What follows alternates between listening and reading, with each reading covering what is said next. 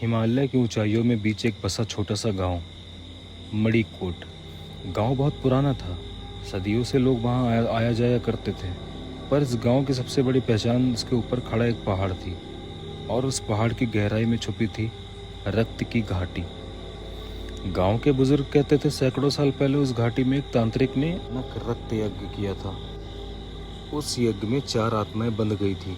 पहली एक खूंखार डायन थी, दूसरी वही साधु जिससे यज्ञ शुरू किया था, तीसरी एक सैनिक जिसकी आत्मा शापित होकर भटक रही थी, और चौथा एक मासूम बच्चा जिसकी बलि दी गई थी। आज तक जो भी उस घाटी में गया वो कभी लौटकर नहीं आया। कुछ कहते हैं वहाँ रात बिताने वाले 7 दिनों से ज़्यादा जिंदा नहीं रह सकते। गांव की गलियां सकरी थी, मिट्टी के घर, लकड़ी के दरवाजे, और हर घर के बाहर नीम की डालियां और नींबू मिर्च के लगे हुए गुच्छे। गांव वालों की आंखों में एक अजीब सा डर था, मानो वो लोग कुछ छुपा रहे हों। गांव में जब भी रात ढलती थी सब दरवाजे बंद हो जाते थे। कोई बाहर निकलने की हिम्मत नहीं करता था। इसी गांव में आते हैं 3 दोस्त जिनका नाम विक्रम, नेहा और राहुल था। विक्रम एक ब्लॉगर जो हमेशा डरावनी जगहों के कैमरे में कैद करना चाहता था। नेहा उसकी दोस्त, कैमरा चलाने में माहिर और होशियार, और राहुल जो डरपोक था पर दोस्ती निभाने के लिए साथ आ गया था। विक्रम जोश में बोलता है, यार ये वही गांव है ना मणिकोट, यहीं ऊपर है रक्त की घाटी। लोग कहते हैं यहाँ कोई टिक नहीं पाता। सोच, अगर हमने यहाँ फुटेज डाल दिया तो हमारा चैनल रातों रात फेमस हो जाएगा। राहुल तभी डरते हुए बोलता है, भाई मुझे अच्छा नहीं लग रहा है। गांव के लोग भी अजीब तरह बिहेव कर रहे हैं, और तू भी जानता है मुझे ऐसे जगहों से डर लगता है। तभी नेहा मुस्कुराकर बोलती है, डर मत राहुल, देख हम 3 लोग हैं, और अगर ये सच भी है तो यही हमारी स्टोरी का असली मसाला बनेगा। वो लोग निकल पड़ते हैं। तीनों मंदिर की ओर बढ़ चलते हैं। वहाँ एक बूढ़ा पुजारी बैठा था। उसकी लंबी सफ़ेद दाढ़ी, आंखों में लालिमा, और हाथ में तुलसी की माला थी। पुजारी बहुत गंभीर आवाज़ में बोलता है, रुको, कहाँ जा रहे हो तुम लोग? तभी विक्रम कहता है, बाबा हम ब्लॉगर हैं, हम रक्त की घाटी को एक्सप्लोर करने जा रहे हैं। तभी पुजारी गुस्से में बोलता है, पागल हो तुम? वो घाटी इंसानों के लिए नहीं है। वहाँ जो जाता है 7 दिन तक कभी जीवित नहीं बचता। मत जाना उसमें, वरना। नेहा डरकर बोलती है, वरना क्या बाबा? तभी पुजारी कहता है, वरना तुम भी उसी श्राप का हिस्सा बन जाओगे, हमेशा के लिए। पुजारी की चेतावनी सुनकर तीनों दोस्त थोड़े चुप हो गए। लेकिन विक्रम के चेहरे पर तो अभी भी जिज्ञासा थी, और मानो डर भी उसकी हिम्मत के आगे झुक गया हो। तीनों गांव के बीचों बीच पहुंचे। वहां कुछ औरतें कुएं से पानी भर रही थी, बच्चे मिट्टी में खेल रहे थे। पर जैसे ही गांव वालों ने बाहरी लोग को देखा, उनके चेहरे पर एक अजीब सी खामोशी उतर गई। नेहा धीरे से विक्रम से बोलती है, तूने नोटिस किया, हमें सब ऐसे देख रहे हैं जैसे हमने कोई गुनाह किया हो। राहुल हकलाते हुए बोलता है, मैंने कहा था ये जगह ठीक नहीं है। तभी एक बुजुर्ग औरत उन तीनों के पास आती है, जिसकी आंखें धसी हुई थी, हाथ कांप रहे थे। धीरे धीरे उसकी तरफ बढ़ती है। बुजुर्ग औरत कहती है, बाबा ने सच कहा है, उस घाटी में मत जाना बेटा। वहाँ मौत नहीं बल्कि उससे भयानक चीज़ें मिलती हैं। वो घाटी इंसानों को निगल लेती है। रात होते ही वहाँ आवाज़ें आती हैं, कभी बच्चे की हंसी, कभी औरत के रोने की चीख, और कभी कभी सिपाही के बूटों की आवाज़। विक्रम जोश में कैमरा निकालता है और बोलता है, ये सब अंधविश्वास है, मैं यहाँ सच दिखाने आया हूँ। अगर हम पीछे हट गए तो हमारी ट्रिप बेकार हो जाएगी। तभी नेहा पीछे हटकर बोलती है, लेकिन विक्रम कहता है, नेहा अगर मौत से भी बड़ा कुछ है तो वो कैमरे में कैद होना ही चाहिए। उसको कैमरे में कैद करने के बाद ही मेरी जीत होगी। विक्रम ने कैमरा चालू किया और सीधे पहाड़ की दिशा में चल चढ़ा। राहुल मजबूरी में उसके पीछे चल दिया, और नेहा गहरी सांस लेकर उसका साथ देने फैसला किया। जैसे ही वो गांव के बाहर निकले, सामने खड़ा था वो पहाड़, ऊपर तक फैला हुआ, धुंध से ढका, मानो कोई दैत्य खड़ा हो। चढ़ाई कठिन थी, पत्थरों पर कदम रख, और सबसे अजीब बात ये थी, पेड़ों पर चिड़िया बिल्कुल चुप थी। जंगल में सिर्फ हवा और उनके कदमों की आवाज़ थी। राहुल डरा हुआ था और बोलता है, मुझे लग रहा है कोई हमें देख रहा है। कसम से विक्रम, किसी की आंखें मेरी गर्दन पर महसूस हो रही हैं। नेहा भी डरते हुए बोलती है, मैं भी वही महसूस कर रही हूँ विक्रम।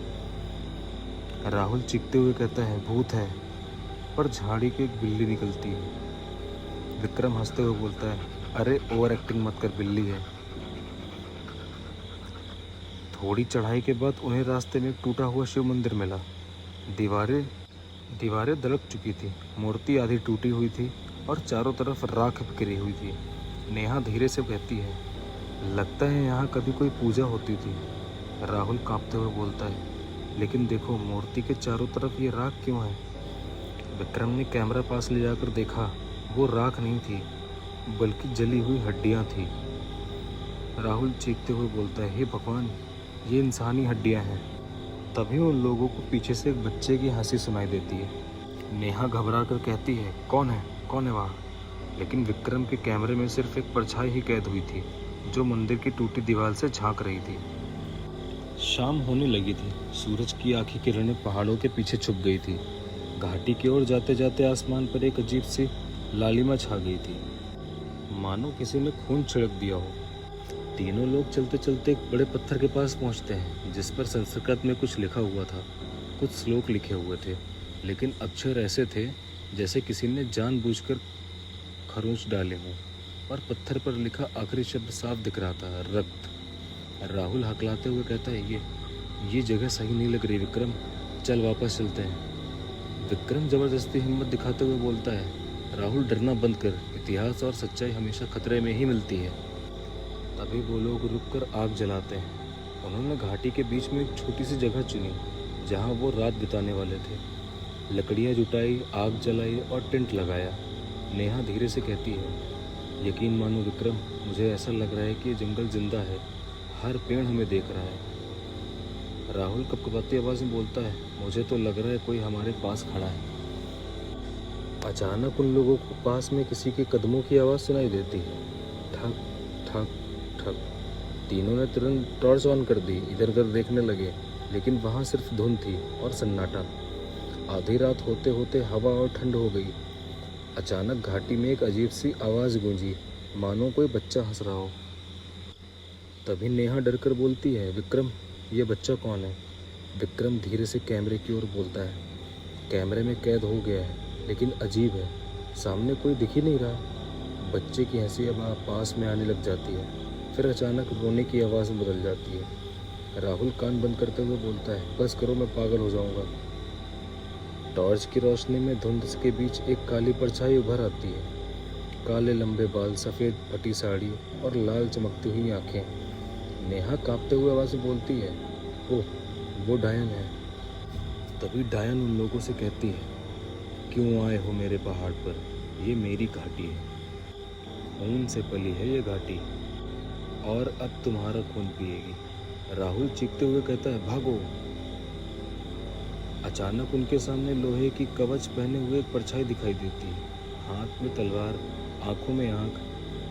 वो था सदियों पुराना सिपाही। सिपाही बोलता है, मैं इस घाटी का रक्षक हूँ, जो भी इससे पार करता है वो मौत से पहले मेरी तलवार से गुजरता है। और तभी विक्रम कैमरे में चिल्लाते हुए कहता है, हम यहाँ सच जानने आए थे, हमें छोड़ दो। सिपाही हंसकर बोलता है, सच तो खून से लिखा है और खून से ही मिटेगा। डायन और सिपाही की परछाइयाँ धुंध में मिल गई। आग बुझ चुकी थी। तीनों कांपते हुए एक दूसरे को पकड़कर बैठे थे। रात अभी बाकी थी और वो नहीं जानते थे कि अगली सुबह उनमें कौन जिंदा बचेगा। रात काफ़ी गहरी हो चुकी थी। घाटी के आसमान में काले बादल छा चुके थे। तीनों दोस्त विक्रम, नेहा और राहुल आग बुझ जाने के बाद कांपते हुए एक दूसरे को पकड़कर बैठे थे, लेकिन उन्हें पता नहीं था इस रात की पहली कुर्बानी तय हो चुकी थी। नेहा धीरे घबरा कर बोलती है, विक्रम, कुछ तो करना होगा। अगर हमने यहाँ वक्त गुजारा तो हम सब मारे जाएंगे। राहुल पसीने से तरबतर हो चुका था और कहता है विक्रम से, मैं यहाँ नहीं रुक सकता विक्रम, मैं वापस जा रहा हूँ, अभी के अभी। विक्रम चिल्लाते हुए राहुल से कहता है, राहुल रुको, अकेले मत जाओ। राहुल अंधेरे में दौड़ लगाता है। अचानक उसे किसी बच्चे की आवाज़ सुनाई देती है। कोई बच्चा उसकी मदद के लिए पुकार रहा है। बच्चे की आवाज़ धीमी और कड़वा में थी। भैया मुझे बचा लो। राहुल रुक जाता है। राहुल कांपते हुए कहता है, कौन है वहाँ? बच्चा, रुक मैं आ रहा हूँ। राहुल जैसे ही पास गया, बच्चे की शक्ल बदलने लगी और वो बच्चा अचानक से एक डायन में बदल गया। डायन ने तभी राहुल पर झपट्टा मारा। उसके नाखून से राहुल का सीना चीर दिया और खून जमीन पर टपकने लगा। राहुल चीखते हुए कहता है, बचाओ। विक्रम और नेहा दूर से दौड़ते हुए आते हैं। नेहा चिल्लाते हुए कहती है, राहुल, लेकिन देर हो चुकी थी। डायन ने राहुल की गर्दन दबोच ली थी। डायन भयानक हंसी में कहती है, पहला खून इस धरती को चाहिए था। वो राहुल का खून जमीन पर टपकाती है। मिट्टी उसे सोख लेता है। उसी वक्त फिर से सिपाही की आत्मा प्रकट हुई। उसकी आंखों में और ज़्यादा लाली थी। सिपाही गूंजती आवाज़ में कहता है, रक्त का पहला शिकार हो चुका है। अब ये घाटी नहीं छोड़ेगी किसी को। तुम्हारी किस्मत लिखी जा चुकी है। अचानक नेहा ने देखा कि घाटी की चट्टानों पर पुराने चित्र गुदे थे। उनमें एक तांत्रिक, 4 लोग और रक्त से भरा एक पत्र बना था। नेहा हैरान होते हुए विक्रम से कहती है, ये वही है। तांत्रिक ने यहाँ बलि दी थी और इन 4 आत्माओं को बांध दिया था। विक्रम गुस्से में बोलता है, तो इसका मतलब ये सब हमें तभी छोड़ेंगे जब ये श्राप टूटेगा। राहुल जमीन पर पड़ा था। उसकी सांसें टूट रही थी और राहुल धीमी आवाज़ में कहता है विक्रम से, विक्रम, नेहा, यहाँ भाग जाओ। ये घाटी, ये जिंदा है, ये सबको निगल जाएगी। पहला खून गिर चुका था। रक्त की घाटी अपनी भूख मिटा ली थी, लेकिन ये तो सिर्फ शुरुआत थी, क्योंकि अगला शिकार पहले से भी ज़्यादा खौफनाक होगा। कुछ देर में राहुल की लाश एकदम ठंडी हो चुकी थी। नेहा फूट फूट कर रोने लगी और विक्रम की आंखों में गुस्सा और डर दोनों भरे थे। लेकिन घाटी जैसे उनकी हर हंसी उड़ा रही हो, क्योंकि ये जगह सिर्फ ज़मीन नहीं थी, ये एक जिंदा श्राप थी। नेहा घबराकर विक्रम से कहती है, विक्रम देखो, उन चट्टानों पर कुछ लिखा है। विक्रम ने टॉर्च जलाकर देखा।